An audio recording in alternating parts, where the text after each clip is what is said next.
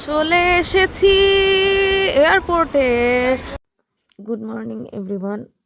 ছুটির দিনও ঘুমাইতে পারতেছি না, কারণ এখন আমার এয়ারপোর্ট যাইতে হবে। 2 দিন পর পর এয়ারপোর্ট যাইতে হয়, কারণ আমার ফ্যামিলির বেশিরভাগ মানুষ খালি যায় আর আসে, যায় আর আসে, যায় আর আসে। ভাল লাগে না। সো গাইজ, আমার এখন অবস্থা একদমই ভালো না, টাইম নাই। ভেবেছিলাম যে গেট রেডি উইথ মি করবো, বাট সময় নেই। আর আমি কেন যেন আজকে অনেক বেশি এক্সাইটেড। বলবো কে কে আসছে, আমি বলবো। ভিডিও দেখতে দেখতে দেখতে থাকুন। আর আমি ভাইবা বোর্ডেও এত নার্ভাস হই না যত নার্ভাস আজকে হইতেছে। আই ডোন্ট নো কেন নার্ভাস হইতেছি।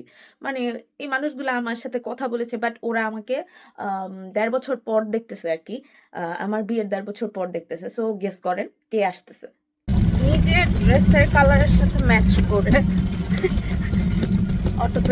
আমার একদমই ক্যামেরা ফেস না, ক্যামেরাতে আমাকে খুবই বাজে দেখা যায়। রিয়েল লাইফে খুব ভালো আছি ভাই, আলহামদুলিল্লাহ। বাট ক্যামেরা ফেসই এরকম ফালতু ক্যামেরা। আসলে ক্যামেরারও দোষ নাই, আমার নিজের চেহারাই মনে হয় এরকম বিরক্তিকর। চলে এসেছি এয়ারপোর্টে।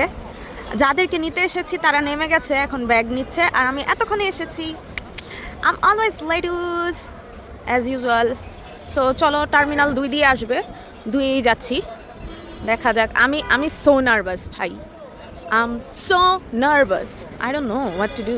সবাই অধীর আগ্রহে বসে থাকে এখানে। এই জায়গাটাই এরকম, কেউ আসলে খুশি লাগে, কেউ গেলে কষ্ট লাগে,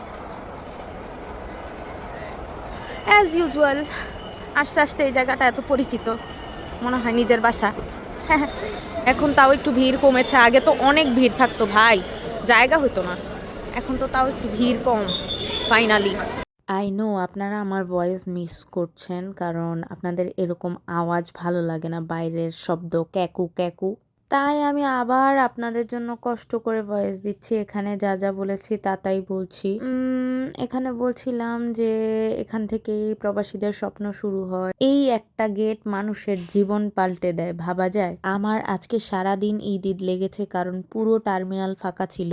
এই নিয়মটা আরো আগে থেকে করা উচিত ছিল। কত মানুষ হ্যাসেল ফ্রি থাকতো তাহলে। আমি যতবার যাই ততবারই অবাক হই, কারণ একজনকে নিতে 10 জন আসে। 10 জনও না, 15 জনও আসতে পারে, এরকম একটা অবস্থা। আচ্ছা, আপনারা অনেকেই বলতে পারেন যে আপু, অনেকেরই তো শখ থাকে যে এয়ারপোর্ট দেখবে, বাট বাচ্চা, কোলের বাচ্চাদের কি শখ থাকে ভাই। ফাইনালি এতক্ষণ ওয়েট করার পর চলে এলো আমার শ্বশুর শাশুড়ি। আমার বিয়ে হয়েছে 1.5 বছর হয়ে গেছে, অ্যান্ড ওনারা আমাকে এই পর্যন্ত দেখেনি। ওনারা আমাকে ফার্স্ট টাইম দেখছে, জাস্ট ইমাজিন। বাট বিলিভ করেন, আমি যখন মিট করলাম আমার কাছে মনে হয়েছিল যে এই মানুষগুলোর সাথে আমার অনেক আগে থেকেই পরিচিতি আছে।